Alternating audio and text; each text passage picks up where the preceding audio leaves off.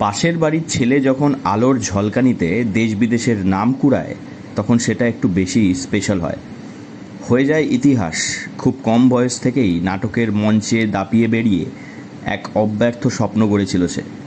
সেই স্বপ্ন হলো সত্যি, তৈরি হয়েছে সিনেমা অনর্থ, দেশ বিদেশে কুড়িয়েছে একাধিক প্রশংসা। বাঁকুড়া এখন চর্চার কেন্দ্রবিন্দুতে। ২৬ মিনিটের একটা পকেট সাইজ ডায়নামাইট, দুর্দান্ত এক কলা। মাত্র ২৬ মিনিটের এই শর্ট ফিল্মের মধ্যে উঠে এসেছে মানুষ, শহর এবং রাজনৈতিক প্রেক্ষাপট। ২৭ জুলাই বাঁকুড়ার রবীন্দ্র ভবনে প্রথমবারের মতো অনর্থ প্রদর্শিত হবে বাঁকুড়ার সামনে।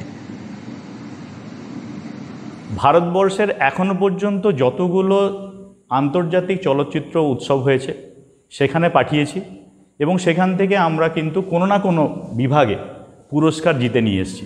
আমরা জিতিনি, আমাদের অনর্থ জিতেছে, আমাদের টিম অনর্থ জিতেছে।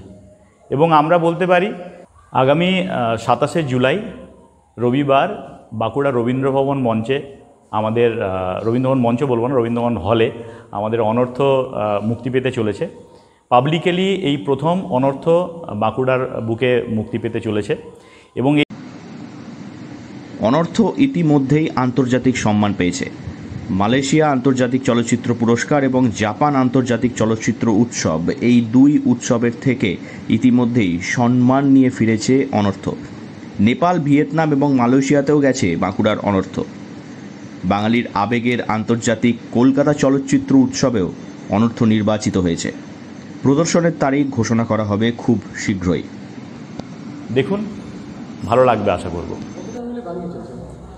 সিনেমাটা বলতে আমাদের একটা টিম বলতে এখানে তো ধরুন হয়তো স্ক্রিনে আমাদেরকে দেখতে পাবেন, হয়তো 10 জনকে দেখতে পাবেন, কিন্তু স্ক্রিনের বাইরে একটা বিশাল বড় কর্মযজ্ঞ, যেখানে মানে ধরুন একটা সিনেমা মানে আমরা ভাবিনি যে এতটা পরিশ্রম লাগে, এতটা ম্যান পাওয়ার লাগে।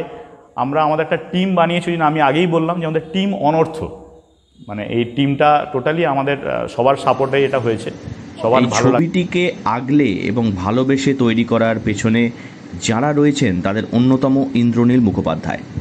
আইটিআই কলেজের মেকানিক্যাল বিভাগের প্রফেসর তিনি। পেশায় হোটেল ম্যানেজার। ছবির নায়ক উত্তম বসাক বললেন কীভাবে অনর্থ হাত ধরে পেশাদার এক জীবন থেকে হঠাৎ নায়ক হয়ে উঠলেন তিনি। ছাত্রী মধুরিমা পাল করছেন পড়াশোনা, অভিনয় করেছেন সিনেমাটিতে। তিনি বলেন সিনেমার মাধ্যমে যেন নিজেদের গল্পই তুলে ধরেছেন তারা। এভাবেই অনর্থ পেরেছে কম বাজেট কিন্তু এক বুক প্রচেষ্টা, সাহস এবং ভালোবাসা দিয়ে এক অপূর্ব সৃষ্টি করতে।